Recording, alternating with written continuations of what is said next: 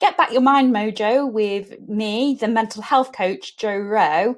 And I've been kindly asked by Live Your 20s to answer an audience question. So first of all, I'm going to read that question out to you, and then hopefully I'm going to give you some tips that are going to be super useful for you around that question. So the question is, during this period of time, I'm assuming that's COVID, I feel like I haven't been as productive as I should or could have been, and it's really been getting to me. I've seen other friends do some pretty cool stuff like learning to cook and bake, make things, exercise, and lots more. But I feel like I don't have, or I haven't done any of that. Do you have any tips to get me more motivated or stop comparing myself so much? So thanks for the question. And absolutely. So first of all, I wanted to talk about what motivation is. And secondly, I also wanted to give you a bit of a 4-step process that you can go through to check in on your own motivation. So first of all, I wanted to talk about motivation itself. So there are things that we're motivated towards doing and things that we're motivated away from doing. So I always use the example of going on holiday. So I love Ibiza. I love to go to the beach. I love the sunset. I love the music and the vibes. I love the culture and the spirit of Ibiza. There's just so much I love about it. And I'm really motivated to go to Ibiza. So I'm motivated towards. So there's 2 motivators, being motivated towards and motivated away. Absolutely, I'm motivated towards going to Ibiza.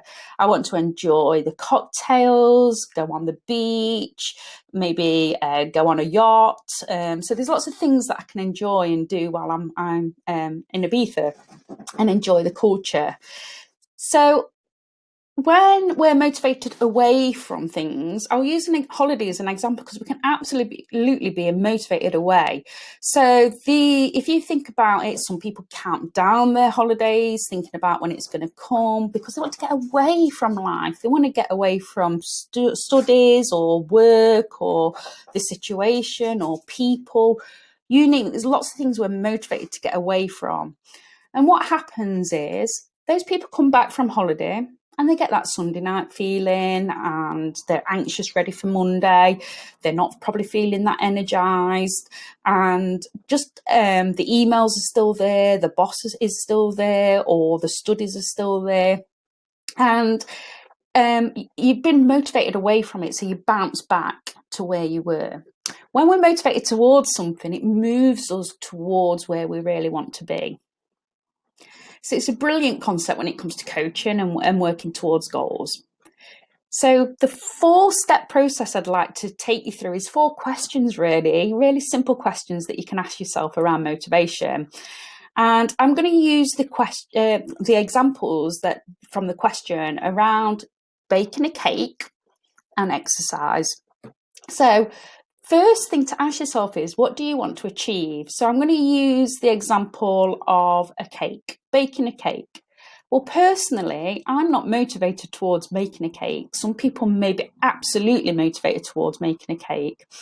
And as part of that, I might be motivated towards making it if it was for a birthday or a special occasion. Then it may increase my motivation to do it towards something.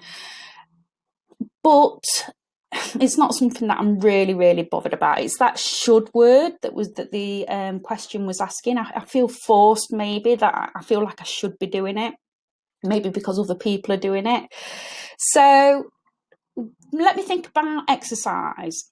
I'm not a gym bunny, but what I do love to do is walk my dogs. I love walking my dogs and I love being out in nature. So what do I want to achieve? So maybe I walk more with my dogs is my goal I'm working towards. And absolutely, I'm going to want to do that more.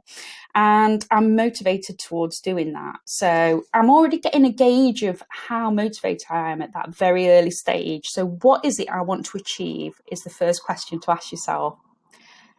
The second question to ask yourself is, do you have everything you need to achieve your outcome? So when I look at the cake, for example, I may have some skills or knowledge or experience within that.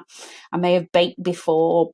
Do I have the resources? I might have some of the ingredients, but I need to get some more of the ingredients. I may not have a mixer, for example, or I may not have the recipe, so I might need to get a cookbook or go online and get a recipe. So it's starting to think about, have I got what I need to achieve it? So think about my dog walking. I've got my poo bags, I've got the dog leads. If it rains, I've got some warm clothes that I can put on that's going to keep me warm and dry. And maybe I'll take my partner with me so I can enjoy that. I may go somewhere new, so maybe that's something I need to do, is look at where I'm going to go. So that's a resource that I need to look into. So the third question to ask yourself is it likely to happen? And sometimes it's good to ask this on a 1 to 10 scale. So 1 being will it happen, 10 being yes, it will happen. And the higher up the scale we are, then obviously the more chance it's going to happen and we're going to achieve our goal. So is it likely to happen that I bake a cake? If I'm truthfully honest, no. If it's somebody's birthday and they've asked me, or I've got some people coming round and I'm making a pudding, then maybe I'll make a cheesecake or something that I know I can make. So that might be likely to happen. Dog walking? Absolutely. Exercise? Yeah, it's going to happen. 100% it's going to happen. I just need to ensure that everything's in place, which I've already checked, and it's going to happen, and I'm going to go and enjoy that dog walk with my partner. And that's at a 10. Number 4, how much do you want it, is a really good question to ask yourself. And that goes in with, is it worth the effort? Again, you could ask this 1 to 10. Is it worth the effort? 1 being no and 10 being yeah. Baking a cake for me, some people absolutely be motivated towards making a cake and they'll be at a 10 and it's worth the effort. For me, it's about a 3. It's not going to be worth the effort for me. So I can move on from that and focus on something I really want to do. The dog walk, is it worth the effort? Yeah, it's worth the effort. The benefits I'm going to get from it, I'm going to feel better, spend quality time with my partner. The dogs are going to get exercise. I'm going to be out in nature. And it's just going to be an enjoyable experience.